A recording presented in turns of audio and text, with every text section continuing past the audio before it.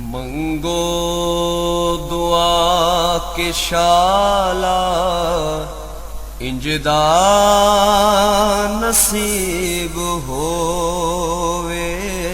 मंगो दुआ के शाला इंजदा नसीब होवे। जद आवे बिस्मिल्लाहिर्रहमानिर्रहीम। अस्सलाम वालेकुम दोस्तों और बुजुर्ग नाज़रीन, ਤੁਹਾਡੇ ਸਾਹਮਣੇ ਅਗਲੀ ਵੀਡੀਓ ਦੇ ਨਾਲ ਹਾਜ਼ਰ ਹਾਂ। ਜਿਹੜੀ ਤੁਸੀਂ ਵੀਡੀਓ ਦੇਖ ਰਹੇ ਹੋ ਇਹ ਬੜੀ ਹੀ ਇੱਕ ਅਨੋਖੀ ਤੇ ਜ਼ਬਰਦਸਤ ਕਿਸਮ ਦੀ ਵੀਡੀਓ ਹੈ ਔਰ ਇਹ ਤੁਹਾਡੇ ਸਾਹਮਣੇ ਜਿਹੜਾ ਅਸੀਂ ਪੇਸ਼ ਕਰਨ ਲੱਗੇ ਹਾਂ ਇਹ ਜਨਾਬ ਸੋਨੇ ਦੇ ਵਰਕ ਨੇ।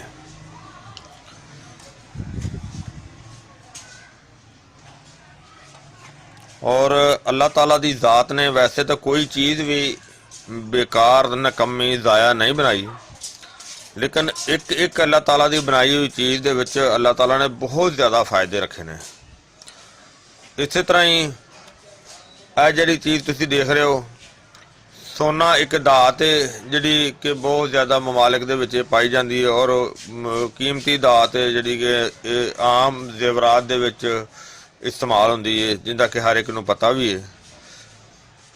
लेकिन इहदा कुश्ता जात भी बनाया जाता है जिहड़ा कि यानी कि बाद ही बीमारी वास्ते ज़बरदस्त चीज़ है, पूरे असाब वास्ते ज़बरदस्त चीज़ है, बुढ़ापे दे वास्ते बहुत ज़बरदस्त चीज़ है और इहदा मुख्तलिफ तरीक़िਆਂ दे नाल बनाया जाता है, मुख्तलिफ तरीक़िਆਂ दे नाल इस्तेमाल किया जाता है और बहुत ही अल्लाह ताला की बनाई हुई ये चीज़ बहुत अहम है, ज़बरदस्त है। और इनका कुश्ता बनाने का तरीकाकार जिहड़ा हुंदा है कुश्ता सोने का वो एक अलहदा वीडियो जिहड़ी ना वो सारे चैनल दे विच पई हुई है। लेकिन यह जिहड़े तुहाडे सामने एक वर्क रखे ने सोने दे,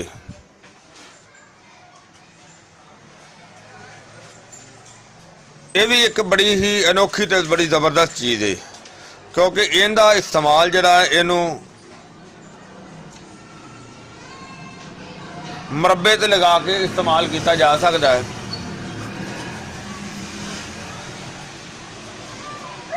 मरबा यानी कि कोई अगर बीही का मरबा होवे वो भी ठीक है, सेब का मरबा होवे वो भी ठीक है, अगर आमले का मरबा होवे तो भी ठीक है। यानी कि अगर घबराहट की जरूरत है, टेंशन ज़्यादा है, घबराहट का मसला है तो इनू ज़्यादातर मरबा बीही के उत्ते लगा के इस्तेमाल किया जाता है। अगर इस दे नाल चांदी के वर्क लगा के इस्तेमाल किया जाए तो वह भी ठीक है। लेकिन जिहड़े वर्कां दे विचों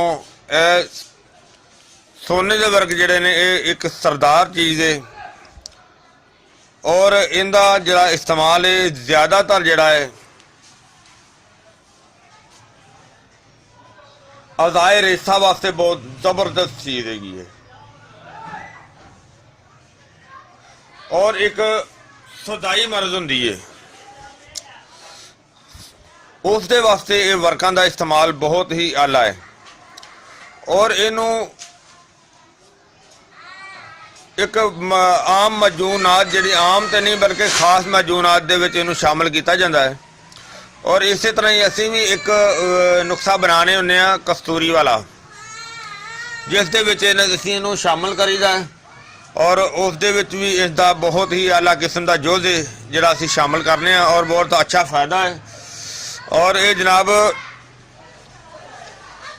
इसका ज़्यादा इस्तेमाल जिहड़ा है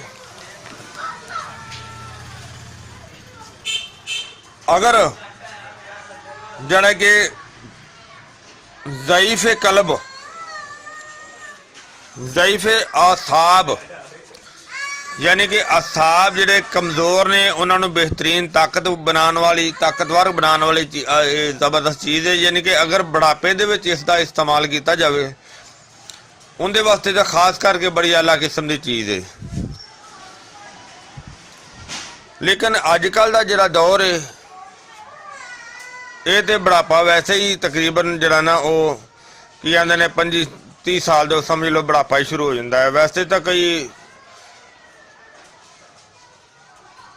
ਇਸੇ ਤਰ੍ਹਾਂ ਹੀ ਇਸ ਤੋਂ ਪਹਿਲੇ ਹੀ ਉਹ ਆਪਣੇ ਹਾਲਾਤ ਤੇ ਜਿਹੜਾ ਨਾ ਉਹ ਆਪਣੇ ਹਾਲਾਤ ਨੂੰ ਖਰਾਬ ਕਰਕੇ ਤੇ ਪਹਿਲੇ ਹੀ ਜ਼ਿੰਦਗੀ ਖਰਾਬ ਕਰ ਲੈਂਦੇ ਨੇ। ਲੇਕਿਨ ਲਿਹਾਜ਼ਾ ਸਾਡਾ ਇਸ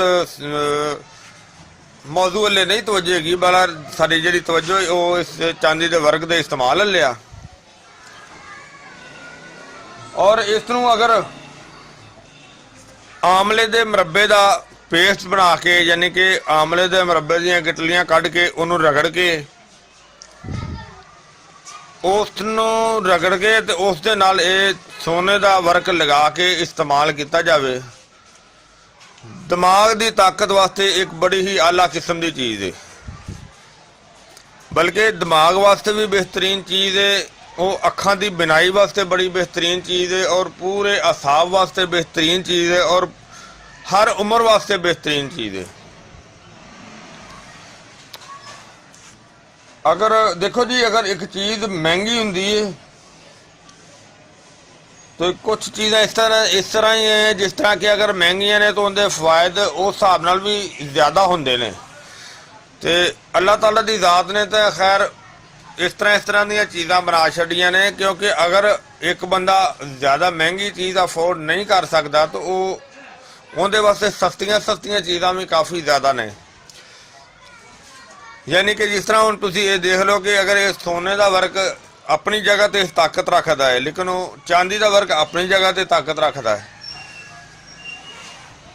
लेकिन इस तो इलावा होर काफ़ी अल्लाह ताला दी बनाइयां जड़ी बूटियां बेहतरीन काम करदियां ने।